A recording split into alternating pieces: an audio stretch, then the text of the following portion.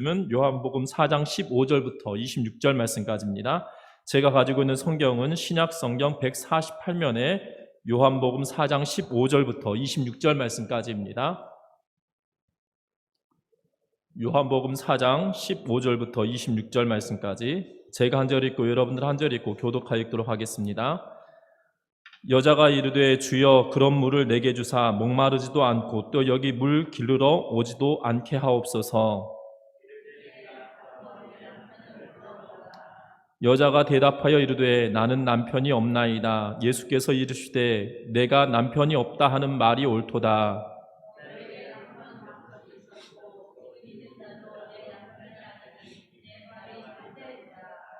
여자가 이르되 주여 내가 보니 선지자로소이다.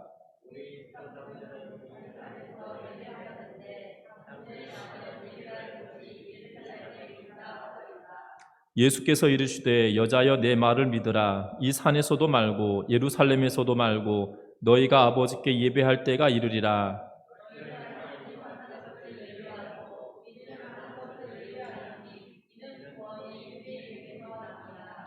아버지께 참되게 예배하는 자들은 영과 진리로 예배할 때가 오나니 곧 이때라. 아버지께서는 자기에게 이렇게 예배하는 자들을 찾으시느니라.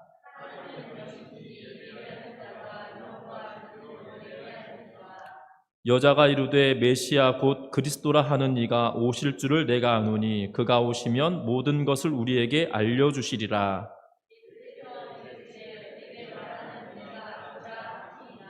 아멘. 우리 앞을 향하여서 손을 흔들고 인사 나누도록 하겠습니다. 사랑하고 축복합니다. 사랑하고 축복합니다. 예. 그리스도를 발견하고 확실하게 변화된 사람들은 수없이 많습니다. 우리가 잘 알고 있는 바울 사도가 그 가운데 한 명일 것입니다. 바울 사도는 이 그리스도인들을 잡아 죽이기 위하여 다메섹으로 가는 도중에 예수 그리스도를 만남으로 인하여 그의 인생이 바뀌었고, 또한 이방인들을 위하여서 복음을 전하러 이 전도 여행을 떠났던 그러한 사람이기도 합니다. 그리고 그가 순교당하기까지 예수 그리스도를 증거하였던 그러한 사람이기도 합니다. 뿐만 아닙니다. 우리가 현대를 살아가는 우리 그리스도인들에게도 이러한 일들은 너무나도 자주 보게 되어집니다. 특별히 5만 번 기도에 응답받는 기도의 사람으로 불려지는, 그리고 고아의 아버지라고 불려지는 조지 뮬러 또한 이 그리스도로 말미암아 확실하게 변화된 그러한 사람이었습니다. 그는 16세 되던 해에 절도죄로 인하여 감옥에 갇히게 되었습니다. 그리고 출소한 이후에 그가 대학을 가게 되었고요. 그리고 이 대학에 들어간 후에도 술과 여자 노름으로 방탕한 생활을 하게 되어집니다. 지금은 20대가 되어지면 대학을 가게 되어지지만 이 조지 뮬러가 살았던 시대에는 그렇지 않았던 걸로 보여집니다. 그래서 20세가 되었던 해에 예수 그리스도를 만나게 되어집니다. 그리고 전과 전혀 다른 인생을 살게 되었는데요. 특별히 이 하나님의 뜻과 여러 성도의 유익을 위하여 헌신하게 되었을 뿐만 아니라 고아들을 위하여 그의 모든 것들을 내어놓는 그러한 모습을 보게 되어집니다. 특별히 그가 가진 이 당시 금액으로 13만 5천 달러의 돈을 이웃을 위하여 사용하였을 뿐만 아니라 그가 죽었을 때에는 그에게 약 1천 달러 상당의 재산밖에 남은 것이 없었다라고 이야기할 만큼 그가 모든 것을 주를 위해 사용하였음을 기록하고 있는 것을 보게 되어집니다. 뿐만 아닙니다. 성경 안의 인물들 가운데서도 바울도 있지만 아마 세리장 삭개오도 우리들에게 놀라운 삶의 변화를 보여준 인물이기도 할 것입니다. 많은 사람들은 변화되기를 원합니다. 그리고 변화되어지는 사람도 있습니다. 그러나 변화되기를 원하지만 변화되지 못하는 사람들도 있는 걸 보게 됩니다. 오늘 성경 말씀에 보면 이 인생이 변화된 한 여인에 대한 기록을 기록하고 있는데, 특별히 오늘 말씀은 지난주부터 보았던 이 요한복음 4장 말씀인데요. 이 수가성 여인에게 예수님이 만나심으로 인하여 그의 인생이 새롭게 변화되어지는 그러한 모습을 이야기하고 있습니다. 특별히 요한복음은 3장과 4장에 걸쳐 요한복음 초반에 두 인물을 대조하면서 하나님께서 그들을 만나주시고 예수께서 그들을 만나주시고 그들의 인생이 변화되고 있음에 대하여 말하여 주고 있는 걸 보게 됩니다. 특별히 3장에서는 이 유대인의 관원이고 사내들인의 회원이고 또한 지금 현대 말로 하면 국회의원일 텐데요. 그러한 정치적으로 능력 있는 사람이었을 뿐만 아니라 종교적으로는 바리새인이었고 유대인으로서는 큰 스승이라 불려지는 그러한 사람이었던 니고데모가 밤에 예수님을 찾아왔었습니다. 그리고 반면에 사마리아 여인은 니고데모와 정반대된 그러한 모습으로 살아가는 사람입니다. 오늘 읽었던 말씀에 보면 18절 말씀에 남편 5이 있었고 지금 있는 자도 내 남편이 아니니 내 말이 참되도다라고 말씀하시는 걸 보면 이 여인은 남편이 5이 있었고 지금 있는 자도 남편은 아니다라고 예수님께서 말씀하고 계시는데 그러한 이유 때문인지는 모르겠지만 사마리아는 유대인들에게 있어서 가장 경멸되어지고 멸시당하는 지역이었고 그 가운데 남편이 5이고 또 한 명의 남편이 있는 그러한 여인이었다라면 세상 사람들은 그 여인을 마치 경멸하는 그러한 여인이었을 것입니다. 과거에는 이 여인을 해석할 때 이혼한 5번을 이혼한 여인이었다라고 말하고 그래서 이 대낮에 12시에 이 해가 가장 뜨거운 때에 물을 기르러 나왔다라고 해석을 하였는데요. 최근에 많은 이 고고학적인 그러한 해석을 통하여서 보면 이 여인은 이혼한 여인보다도 계대법에 따라 이 남편이 죽어서 대를 이어가기 위한 여인이었을 걸로 추정하고 있습니다. 그렇다라고 하면 우리는 세상 사람들은 이렇게 말하거든요. 남편 잡아먹는 땡이라고 이렇게 이야기할 겁니다. 그런 상황이 되어져 있는 여인이기 때문에 사마리아 가운데 가장 멸시받는 여인으로 가장 천대받는 여인으로 취급되어지는 그러한 사람의 모습을 보여주면서 하나님께서 얼마나 우리를 사랑하시고 니고데모와 같이 극상위에 있는 사람과 가장 천민층에 속한 여인들 사이에서 예수님은 모든 인류를 사랑하심에 대하여 우리에게 말하여 주고 있는 것을 보게 되어집니다. 특별히 오늘 말씀에 보면 이 여인은 갈급해하는 그러한 모습을 우리들에게 말하여 주고 있는 걸 보게 되어지는데요. 우리 15절 말씀 같이 한번 읽어보겠습니다. 15절입니다. 여자가 이르되 주여 그런 물을 내게 주사 목마르지도 않고 또 여기 물 기르러 오지도 않게 하옵소서. 아멘. 이 여인에게 있어서만큼은 이 물에 대한 문제가 가장 큰 문제점 것처럼 보여집니다. 영생하도록 솟아나는 샘물이 되겠다라고 하시는 말씀에 이 여인이 그런 물을 나에게도 달라. 그러면 목마르지도 않을 것이고 내가 물 기르러 오지도 않을 거다라고 이야기하면서 이 육체적으로 섭취해야 되는 물에 대한 이야기를 계속하고 있는데 그러나 이 여인은 알고 있음에도 불구하고 이렇게 말하는 것처럼 보여집니다. 특별히 세상을 살아가는 사람들은 모두가 한 가지 이상의 갈증하고 있는 갈급해하는 것들이 있다는 사실입니다. 그래서 파스칼은 이렇게 이야기하였습니다.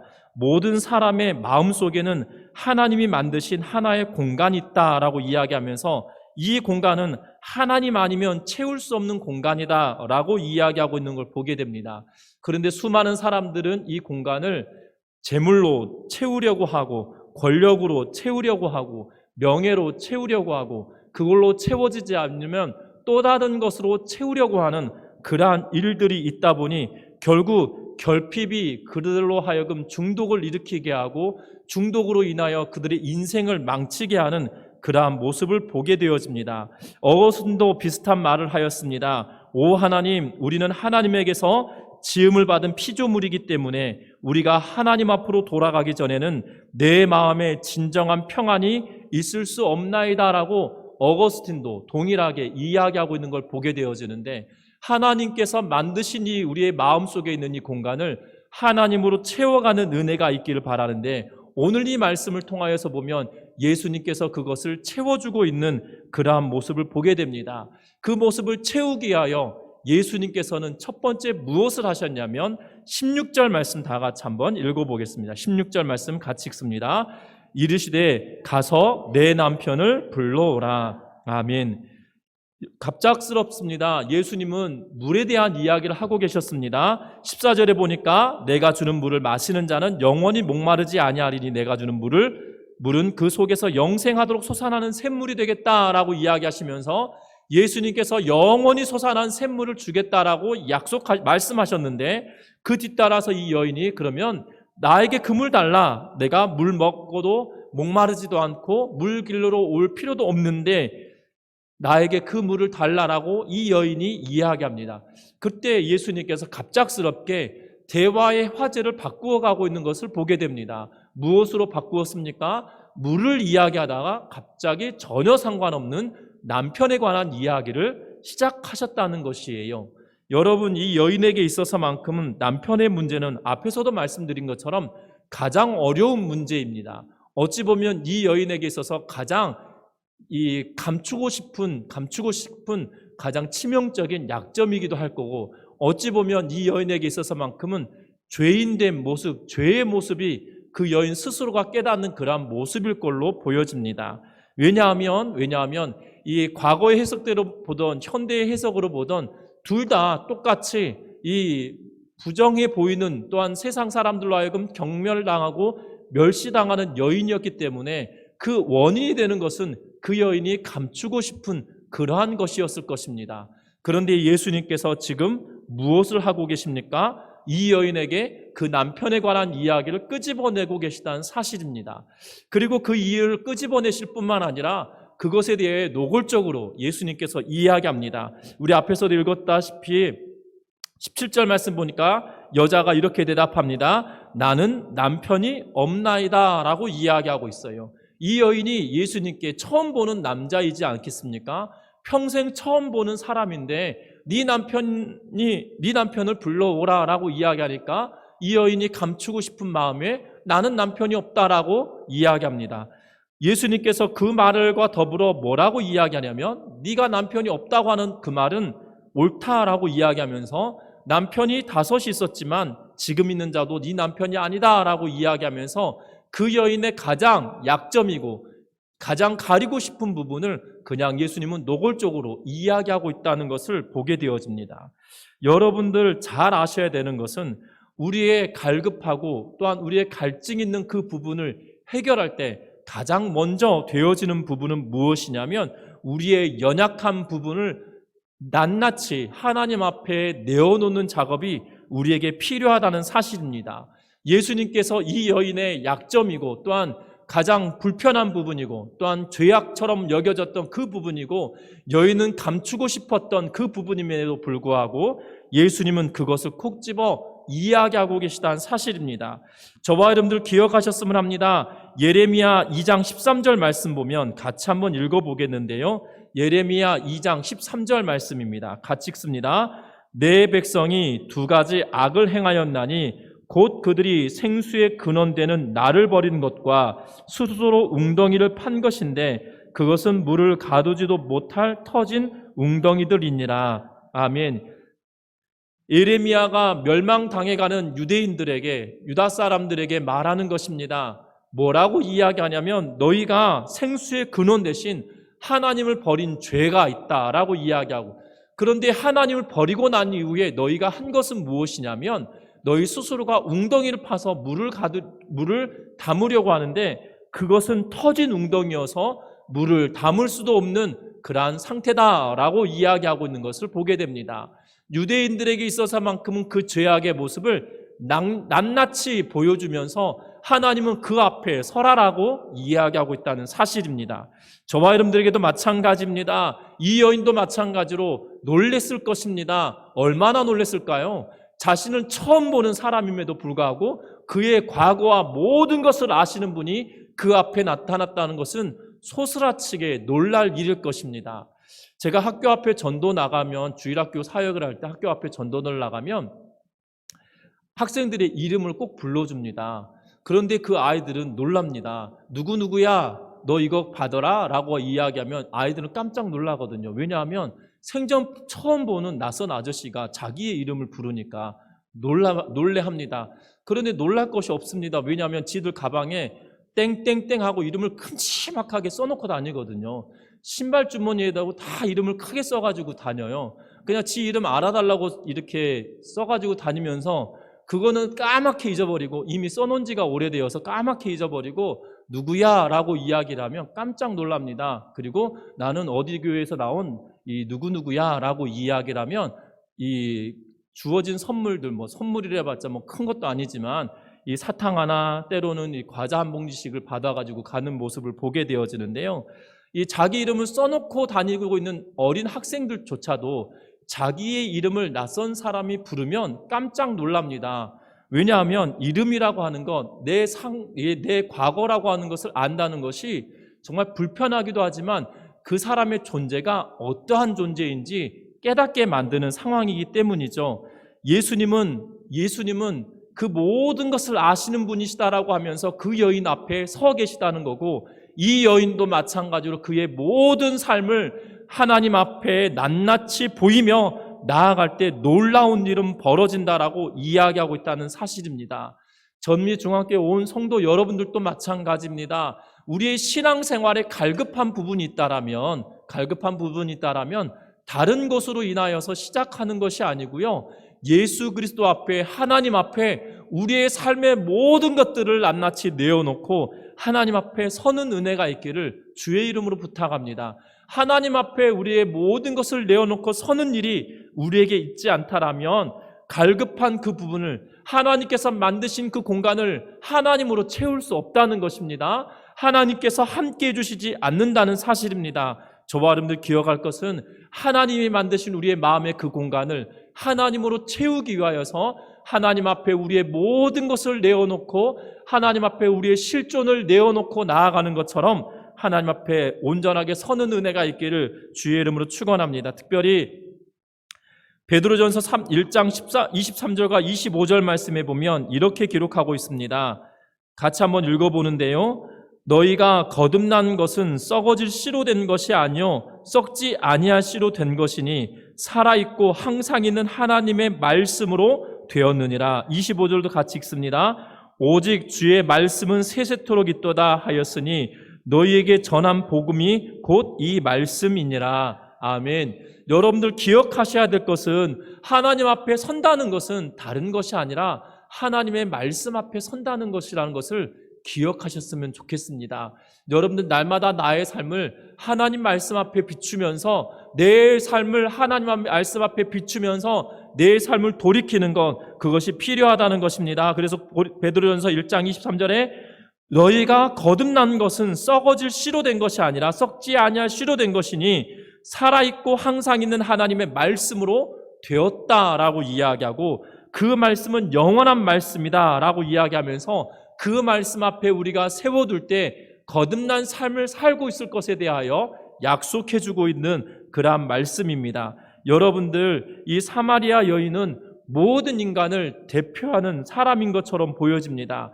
자기 갈증으로 말미암아 물깃는 것을 반복하면서도 그 욕구를 충족하지 못한 공허함과 소외감 속에 그가 일상을 살아가고 있을 뿐만 아니라 또 다른 욕구를 충족하기 위해서 또 다른 것을 찾아가고 있는 현대인의 모습과 동일한 것을 보게 되어지는데, 분명한 것은 그 영혼의 목마름 앞에 예수 그리스도의 말씀, 하나님의 말씀 앞에 우리가 섬으로 인하여 그 영혼의 갈급함을 채워가는 은혜가 있기를 주의 이름으로 축원합니다. 특별히 그러면서 또한 예수님은 이 이야기의 주제를 또 바꿔가고 있는 것을 보게 됩니다. 특별히 이 여인이 바꾸고 있는데요. 19절 말씀에 보면 이렇게 말합니다. 여자가 이르되 주여 내가 보니 선지자로소이다 라고 이야기하면서 20절 말씀에 이렇게 말합니다. 우리 조상들은 이 산에서 예배하였는데 당신들의 말은 예배할 곳이 예루살렘에 있다 하더이다 라고 이야기하면서 대화의 주제를 다시 한번 바꿔가고 있는 것을 보게 되어지는데요. 이 여인의 갈급함은, 이 말로는 15절에서는 육신의 갈급함을 채워주는 물을 요구하였지만 결국 이 여인이 갈급했던 것은 무엇이냐면 영적인 문제를 해결하고 싶어하는 모습이 이 20절 말씀에 고스란히 등장하고 있다는 사실입니다. 그러면서 이 여인은 이렇게 이야기했습니다. 우리 같이 읽어보는데요. 20절 말씀 우리 같이 한번 읽어보겠습니다. 같이 읽습니다. 우리 조상들은 이 산에서 예배하였는데 당신들의 많은 예배할 곳이 예루살렘에 있다 하더이다. 아멘. 이 여인은 예배하는 장소에 대하여 이야기하고 있는 걸 보게 됩니다. 특별히 영적인 목마름이 그 모습 가운데 드러나기 시작했다라고 말씀을 드렸는데요. 나의 실존, 스스로가 죄의 모습을 자각한 사람들에게 나타나는 것은 다른 것이 아니라 영적인 목마름에 대한 갈급함이 드러나기 시작한다는 것입니다. 그래서 이 영적인 목마름, 스스로의 스스로의 모습이 죄에 있다는 사실을 깨닫는 사람들에게 나타나는 것은 바로 영적인 갈급함인데, 그 영적인 갈급함은 다른 것이 아니라 예배하는 것으로 인하여 채워지는다라고 예수님은 이야기합니다. 그러면서 이 여인은 말했습니다. 여기에서 이 산에서 예배하였다라고 이야기합니다. 이 산은 세겜산을 이야기하고 있고 또한 그리심산을 이야기하는 것으로 보여지는데요. 세겜에 있는 이 그리심산을 이야기하고 있는 것으로 보여지는데, 특별히 사마리아 사람들은 이 세겜 땅에 있는 그리심산에 대하여, 에발산과 그리심산에 대하여 특별한 애착을 가지고 있고, 그리심산에서는 또한 예배의 장소가 있었던 걸로 보여집니다. 그런데 유대인들은 예배의 장소가 한 곳이다라고 말합니다. 그곳은 어디라고 이야기하냐면 예루살렘 성전이다라고 이야기하고 있거든요. 그래서 20절에 보니까 우리의 조상들 사마리아 사람들은 이 산 그리심산에서 예배하는 것이 마땅하다고 하는데, 당신들의 유대인들은 예배할 곳이 예루살렘에 있다라고 이야기하면서 이 장소에 대한 관한 이야기를 하고 있는 것을 보게 됩니다. 그런데 예수님께서는 그 장소에 대하여 말하지 않습니다. 21절 말씀 같이 한번 읽어봅니다. 예수께서 이르시되 여자여 내 말을 믿으라. 이 산에서도 말고 예루살렘에서도 말고 너희가 아버지께 예배할 때가 이르리라. 아멘. 여러분들 이상합니다. 이 21절 말씀에 보면 이 산에서도 말고 예루살렘에서도 말고 예배할 때가 이르게 된다라고 이야기하면서, 그러면 예수님의 뉘앙스는 예배할 때가 이른다라는 표현을 쓰고 있는데요. 그러면 지금까지의 예배는 온전하게 드려졌다는 의미인가요? 아닌가요? 이 말씀을 잘 보시면 이 산에서도 말고 예루살렘에서도 말고 너희가 아버지께 예배할 때가 이른다라고 이야기하고 있어요. 그러면 지금 예배할 때가 이르렀다는 뜻인가요? 이르지 않았다는 뜻인가요? 이르지 않았다는 뜻이거든요. 그러면 지금까지의 예배는 온전하지도 않은 예배를 드리기도 했다라는 의미를 포함하고 있다는 사실이에요. 결국 이곳에서 예배하는 것, 그리심산에서 드리는 이 사마리아인들의 예배도, 예루살렘 성전에서 드리는 유대인들의 예배도 온전한 예배가 아니었다라고 예수님은 말하고 있는 것을 보게 됩니다. 그러면서 예수님이 22절에 이렇게 이야기합니다. 너희는 알지 못하는 것을 예배하고 우리는 아는 것을 예배하노니 이는 구원이 유대인에게서 남이다 라고 이야기하면서, 너희는 알지 못하는 것을 향하여 예배하고 유대인들은 아는 것에 대하여 예배한다, 하나님에 대하여 예배한다 라고 이야기하면서, 그 이유는 구원이 유대인에게서 났다란 말은 무엇일까요? 유대인에게 하나님께서 주신 것이, 특별한 은혜를 주신 것이 두 가지가 있어요. 첫 번째는 무엇일까요? 성경을 주셨어요. 또 하나는 무엇을 주셨을까요? 예수 그리스도를 주셨어요. 대한민국 사람으로 예수님을 주신 것이 아니라 누구로 예수님을 주셨어요? 유대인으로 예수님이 나게 되셨다는 사실이에요. 특별히 유다 자손 다윗의 혈통으로 예수님을 나게 만드셨다는 거죠. 그래서 구원이, 말씀도 언약도 예수님도 유대인으로부터 났기 때문에 구원이 유대인에게 났다라고 말씀하고 계시는 것이에요. 여러분들, 그런데 알고 있음에도 불구하고 예배하기를 온전하게 하지 못했다라고 말씀하고 계시는 거죠. 그 이후에 또한 예수님께서 이 땅에 오시고 부활하시고 승천하시고 난 이후에 예루살렘 성전은 온전히 없어져 버립니다. 여러분들, 이 유대인들이 말하는 예루살렘 성전에서 예배해야 한다는 것이 맞다란다면 지금 유대인은 예루살렘 성전 없어져 버렸거든요. 과거 예루살렘 성전에 지금은 모스크가 세워져 있는 것을 보게 되거든요. 여러분들 잘 아셔야 된다면 장소가 중요하다면 아마 그 모스크를 없애고 유대인들은 거기다가 다시 예루살렘 성전을 지어놓고 예배해야 할 것입니다. 그러나 그렇게 예수님이 오시고 난 이후부터는 그렇게 되어지지 않았다는 것이에요. 장소가 중요한 것이 아니라 우리가 어떻게 예배하는 것이 중요한 것인지에 대하여 말씀하고 계시는 것을 보게 됩니다. 여러분들 기억할 것은 이 산도 아니고 예루살렘도 아니다라고 말하면서 예배할 때가 온다라고 말씀해 주고 계시는 것을 보게 되어져요. 그래서 우리 전미중학교 온 성도 여러분들은 이곳에 있든 어느 곳에 있든지 간에 하나님께 온전하게 예배하며 나아가는 믿음의 성도님들 되기를 주의 이름으로 부탁드립니다. 특별히 25절 말씀에 보면 23절 말씀 먼저 읽어보겠습니다. 23절입니다. 같이 읽습니다. 아버지께 참되게 예배하는 자들은 영과 진리로 예배할 때가 오나니 곧 이때라. 아버지께서는 자기에게 이렇게 예배하는 자들을 찾으시느니라. 아멘. 하나님께서는 예전부터 지금까지 하나님께 예배하는 자를 찾으시는데 참되게 예배하는 자를 찾으신다라고 23절 말씀에 이야기합니다. 참되게 예배하는 자는 어떠한 사람을 말합니까? 영과 진리로 예배할 때가 온다. 영과 진리로 예배하는 자를 하나님께서 찾으신다라고 말씀하시며 24절 말씀 같이 읽어봅니다. 하나님은 영이시니 예배하는 자가 영과 진리로 예배할지니라. 아멘. 예수님께서 말씀하십니다. 하나님은 영이시기에 예배하는 사람은 영과 진리로 예배하는 자가 마땅한 예배다라고 이야기합니다. 예배라는 것은 다른 것이 아닙니다. 예배라고 하는 것은 다른 것이 아닙니다. 이 하나님을 구약에서는 이 예배라고 하는 단어를 섬기다라는 의미로 사용하고 있는 것을 보게 됩니다. 그리고 하나님께 드린다라고 하는 경배하다라고 하는 말로 영어에서는 번역하고 있는 것을 보게 됩니다. 결국 예배라고 하는 것은 우리를 기쁘게 하는 것, 저와 여러분들에게 위로가 되어지고 평안함을 구하기 위하여 드리는 것이 예배가 아니라고 성경은 이야기합니다. 예배라는 것은 저와 여러분들을 하나님께 산 제물로 드리고 또한 경배하고 섬기는 것이 바로 예배다라고 이야기합니다. 현대를 살아가는 사람들은 교회에 오고 예배에 오는 것은 신령한 이 평안함을 내가 얻고 위로를 받기 위하여 온다라고 말하는데, 중요한 것은 내가 하나님을 온전하게 섬기고 하나님을 경배할 때 하나님의 영이 우리에게 임하셔서 우리의 마음과 뜻과 생각을 주장하시며 우리에게 평안을 주시는 것이지 내가 평안을 얻기 위하여 오는 것이 아니라는 거예요.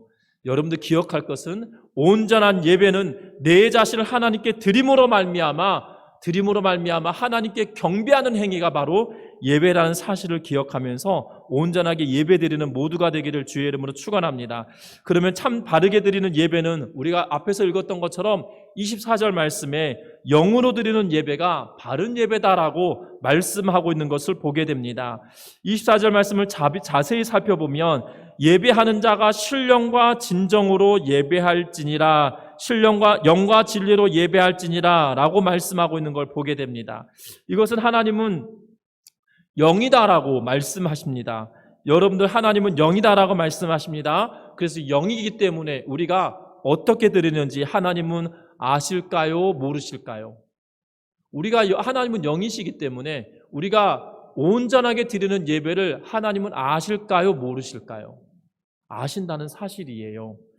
여러분들 참 희한합니다. 주일학교 학생들을 가르치다 보면 저희 학교 선생님들은 다 거짓말 하지는 알았어요. 왜냐하면 이 수업에 참여하지 않은지 선생님들 꼭 그러시거든요. 딴 생각하지 마라. 니네 다 보인다 라고 꼭 말씀하셨어요. 그러면 선생님들이 내가 딴 생각하는지 어떻게 하는지 저 선생님 참 거짓말 잘한다 이렇게 생각했는데요. 제가 앞에서 아이들을 가르쳐 보니까, 주일학교 학생들을 가르쳐 보니까요, 얘가 딴 생각하는지 지금 이 모임에 참여를 하는지 이게 다 보여요. 참 희한하더라 이 말입니다. 뿐만 아닙니다. 군생활 할 때도 그랬습니다. 고참들이 제가 꼭 딴 생각하고 있으면 이름을 부르면서 니 딴 생각하지 마라 라고 이야기하면 귀신같이 하는 거거든요. 특히 이 주특기 교육할 때 보면 더 그랬던 것 같습니다. 그런데 희한한 것은 제가 가르치는 위치에 올라서니까 이 사람이 딴 생각하는지 집중하고 하는지 다 보이더라는 거죠. 희한하게 보입니다. 저는 영이 아닙니다. 육신의 눈으로 봐도 그 사람이 여기에 집중하고 있는지 딴 생각하고 있는지 알 수 있는데, 영이신 하나님은 우리가 영으로 하나님께 예배하는지 그렇지 않은지 다 알고 계시다는 사실입니다. 저와 여러분들 형식을 바꾸다고 하여서, 우리의 스타일을 바꾼다고 하여서, 작업복을 입고 예배한다고 하여서, 양복을 입고 예배한다고 하여서, 또한 급하게 오느라고 제대로 갖춰 있지 못했다고 하여서 우리가 예배를 잘 드렸다 못 드렸다라고 판별되는 것이 아니라, 내가 영으로 예배하고 있느냐 드리지 아니하였나가 더 중요하다는 사실을 기억하면서 내 영을 다하여서 예배하는 은혜가 있기를 주의 이름으로 축원합니다. 내가 영을 다하는 것은 내 마음과 뜻과 생각을 하나님께로 맡기고 초점을 맞추며 나아가는 것이라는 거예요. 여러분들, 내 영혼이 담겨 있는 온전한 예배를 드리는 온 성도님들 되기를 주의 이름으로 축원합니다. 뿐만 아니라 진리로 드리는 예배다라고 이야기합니다. 과거 성경에는 진정으로라고 표현하고 있는데, 번역했는데 오히려 진정이라고 하는 단어가 더 정확한 것 같습니다. 왜냐하면 진정이란 말은 진실되게 드린다라는 의미를 가지고 있기 때문이에요. 속이지 않고 진실되게 드리는 예배다라고 말씀하고 있기 때문입니다. 특별히 마틴 루터는 이렇게 말한 것이 굉장히 유명한 이 어록이 되었는데요. 하나님으로 하나님 되게 하라. 진실되게 내가 예배함으로 인하여 하나님을 하나님 되게 하라라고 말하고 있다는 것입니다. 여러분들, 과거에 우리가 따르지 않고 싶었던 지도자들이 있었고, 따르고 싶은 지도자들이 있었습니다. 분명한 것은 이 사람들이 어떠한 모습을 갖추었다 할지라도 우리가 그들을 인정하지 않으면 그들에 대한 태도가 다르다는 거예요. 우리가 인정하지 않으면, 내가 저 사람을 인정하고 싶지 않으면 그들을 대하는 태도가 다르다는 거예요. 그래서 내가 진심으로 하나님께 예배하는 것은 무엇이냐? 하나님으로 하나님 되게 만든다는 사실입니다. 저와 여러분들, 그리하여서 하나님 뜻대로 하나님께 나아가는 바른 예배를 드리는 온 성도님들 되기를 주의 이름으로 축원합니다. 말씀을 맺으려고 합니다. 신앙의 갈급함이 우리들에게 있습니다. 신앙의 갈급함은 다른 데서부터 시작되는 것이 아니라 나의 스스로의 모습을 하나님 앞에 낱낱하게 드러낼 때부터 시작된다는 것이에요. 그리고 그러한 사람들은 무엇으로 나아가게 됩니까? 영적인 갈급함을 호소하게 되어지는데, 그 영적인 갈급함을 채워주는 것은 바른 예배다라고 말하고 있는 것이에요. 바른 예배는 영으로 드리고 진실되게 드리는 예배가 바른 예배라는 사실을 기억하면서 어디에서 예배하든 하나님께 예배하는 주의 모든 성도님들 되기를 주의 이름으로 축원합니다. 그래서 다른 이유가 아니라 인생의 목마름을 바른 예배를 통하여서 하나님께서 채워주시는 그 은혜를 경험하기를 주의 이름으로 축원하고, 우리 전미중학교 온 성도님들이 정말 지금 이 코로나 바이러스로 인하여서 흩어져서 예배드리고 각 처소에서 영상으로 예배를 드리는 분들도 계시는데, 여러분들 기억할 것은 온 공동체가 어디에 있든지 간에 영과 진리로 진실되게 예배하는 그러한 예배자가 되기를 주의 이름으로 축원합니다. 그래서 하나님께서 기뻐하시는 예배를 드림으로 말미암아 우리의 심령 가운데 하나님께서 부으신 은혜로 인하여서 감사가 넘치고 은혜가 넘치고 회복의 은혜를 경험하는 그러한 모두가 되기를 주의 이름으로 축원합니다.